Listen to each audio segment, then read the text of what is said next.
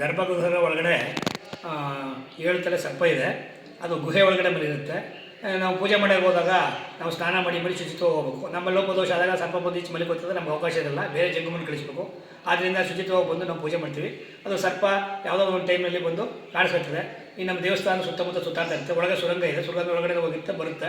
ಸ್ವಾಮಿಯವರು ತಪಸ್ಸು ಮಾಡಬೇಕಾದ್ರೆ ಈ ಸುರಂಗದ ಮಾರ್ಗ ಹೋಗಿ ಒಳಗಡೆ ನಂಜನಗೂಡು ಒಳಗಡೆ ಸ್ನಾನ ಮಾಡಿ ಸುರಂಗ ಮಾರ್ಗ ಬಂದು ಇಲ್ಲಿ ಪೂಜೆ ಮಾಡಿ ಧ್ಯಾನ ಮಾಡ್ಕೊಂಡು ಹೋಗ್ತಾ ಇರುತ್ತೆ. ಅದು ಪ್ರತೀತಿ ಇದೆ. ಹಾಗೆಯೇ ವರ್ಷದಲ್ಲಿ ಒಂದು ಸಾರಿ ಸಿಡಿಲು ಹೊಡೆಯುತ್ತೆ. ಹೊಡೆದಾಗ ಒಂದು ಸೂಚನೆ ಸ್ವಾಮಿಯವರ ಆದೇಶ. ಮತ್ತು ಈ ಗರ್ಭಗುಡಿ ಮೇಲ್ಗಡೆ ಇರ್ತಕ್ಕಂಥ ಕಳಸಕ್ಕೆ ಮಿಂಚಿನ ಟೈಪು ಬರುತ್ತೆ. ಅದು ಯಾರಿಗೂ ಕಾಣಿಸಲ್ಲ. ಯಾವುದೋ ಒಂದು ಟೈಮ್ಲಿ ಪೌರ್ಣಮಿ ಅಮಾವಾಸ್ಯೆ ಮಾತ್ರ ಆಗುತ್ತೆ. ಅದು ಸ್ವಾಮಿಯವರ ಪ್ರತೀತಿ ಹಂಗೆ ನಡ್ಕೊಂಡು ಹೋಗ್ತಾ ಇದೆ. ಕೊಂಗಳ್ಳಿ ಮಲ್ಲಿಕಾರ್ಜುನ ಸ್ವಾಮಿ ಸನ್ನಿಧಿ. ಶ್ರೀ ಮಲ್ಲಿಕಾರ್ಜುನ ಸ್ವಾಮಿಯವರು ಆಂಧ್ರ ಪ್ರದೇಶದ ಶ್ರೀಶೈಲಂ ಕಡೆಯಿಂದ ಬಂದಂಥವರು ಸರ್. ಇವರು ಬಂದು ಈ ಭಾಗದಲ್ಲಿ ಈಸ್ಟ್ ವೆಸ್ಟ್ ನಾರ್ತ್ ಸೌತ್ ಅಂತೇಳಿ ಪೂರ್ವ ಪಶ್ಚಿಮ ಉತ್ತರ ದಕ್ಷಿಣದಲ್ಲಿ ಕಾಡೊಳಗಡೆ ಹುಲಿ ಮೇಲೆ ಕೂತ್ಕೊಂಡು ಸಂಚಾರ ಮಾಡಿ ಕೊನೆಯಲ್ಲಿ ಇಲ್ಲಿ ಬಂದು ಗವಿನಲ್ಲಿ ತಪಸ್ಸು ಮಾಡಿ ಅವರು ಜೀವ ಸಮಾಧಿಯಾಗಿ ಅನಂತರ ಲಿಂಗ ಉದ್ಭವವಾಗಿ ಆಮೇಲೆ ಕನಸಲ್ಲಿ ಹೇಳಿ ಗುಡಿಗಟ್ಟಿ ಇಲ್ಲಿ ಅಂತ ಹೇಳಿದಾಗ ಒಂದು ಹಸು ಬಂದು ಹಾಲು ಕರಿತಾ ಇದ್ದಾಗ ಅದನ್ನು ನೋಡಿ ಆ ಪಕ್ಕದಲ್ಲಿ ಬಾಲಮಲಯಪುರ ಅಂತೇಳಿ ಆ ಗ್ರಾಮದವರು, ಇವಾಗ ಮಲಯಪುರ ಅಂತ ಹೇಳ್ತೀವಿ, ಅವ್ರು ಬಂದು ಹಸು ಹಾಲು ಕರೆದದ್ದು ನೋಡಿ ಆಮೇಲೆ ಅದನ್ನು ಕ್ಲೀನ್ ಮಾಡಿ ಮತ್ತು ಗುಡಿ ಕಟ್ಟಿ ಭಕ್ತರ ಸಮೂಹದಿಂದ ಹಂಗೇನೆ ಜಂಗಮರು ಬಿಟ್ಟು ಪೂಜೆ ಮಾಡಿಸ್ಕೊಂಡು ಪರಂಪರೆ ಬಂದರು ಸರ್. ಸತತವಾಗಿ 3 ಕುಟುಂಬ ಜಂಗಮರು ಪೂಜೆ ಮಾಡ್ಕೊಂಡು ಬಂದಂಥದ್ದು ಇಲ್ಲಿ ಇಂದಿನಿಂದ.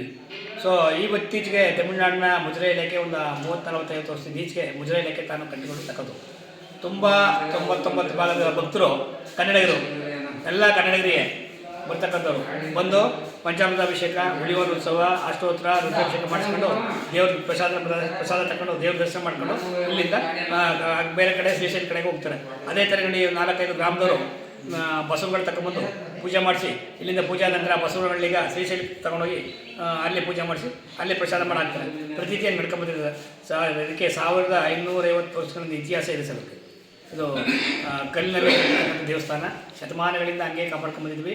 ಮತ್ತು ಇಲ್ಲಿ ಅಡುಗೆ ಮಾಡಿದ್ರೆ ಪಾತ್ರೆಗಳಿಗೆ ಕಲಾಯಿಯನ್ನು ಬಿಡಿಸೋದಿಲ್ಲ, ಆ ಸ್ವಾಮಿಯವರ ಆದೇಶ. ಮತ್ತು ಹುಲಿವಾನ ಉತ್ಸವವನ್ನು ಮಾಡ್ತೀವಿ.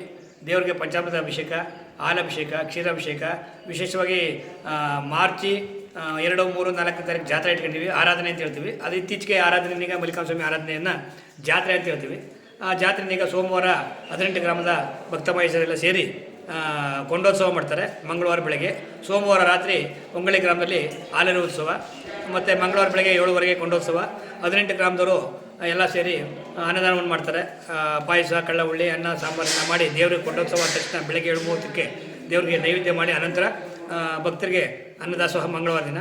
ಹಾಗೆಯೇ ಬುಧವಾರ ದಿನ ಹೆಂಗಸರು ಇಲ್ಲಿಗೆ ದೇವಸ್ಥಾನಕ್ಕೆ ಪ್ರವೇಶ ಇಲ್ಲದೇ ಇರೋದ್ರಿಂದ ದೇವರಿಗೆ ಧರಿಸ್ತಕ್ಕಂಥ ಕೊಂಗಳ್ಳಿ ಮಲ್ಲಿಕಾರ್ಜುನ ಸ್ವಾಮಿ ಅವರಿಗೆ ಧರಿಸ್ತಕ್ಕಂಥ ಚಿನ್ನಾಭರಣಗಳನ್ನು ತಗೊಂಡೋಗಿ ಆ ಕೊಂಗಳ್ಳಿ ಗ್ರಾಮದಲ್ಲಿ ಒಂದು ಪೆಟ್ಟಿಗೆ ಕಟ್ಟಿ, ಕಾವಿ ವಸ್ತ್ರವನ್ನು ಕಟ್ಟಿ ತಗೊಂಡೋಗಿ ಅಲ್ಲಿ ಗಣಪತಿ ಗುಡಿ ಹತ್ರ ಮಡಗಿ ಅಲ್ಲಿ ಬಂದಂಥ ಭಕ್ತರಿಗೆ ಹೆಣ್ಣು ಪುರುಷಿಗೆ ಕೊಂಗಳ್ಳಿ ಗ್ರಾಮದಲ್ಲಿ ಪೂಜೆ ಮಾಡಿಸಿ ಅಲ್ಲಿ ಅನ್ನದಾನವನ್ನು ಜನರಲ್ಲಿ 3 ಮನೆಗಳು ಪ್ರಸಾದ ಹಾಕ್ತೀವಿ.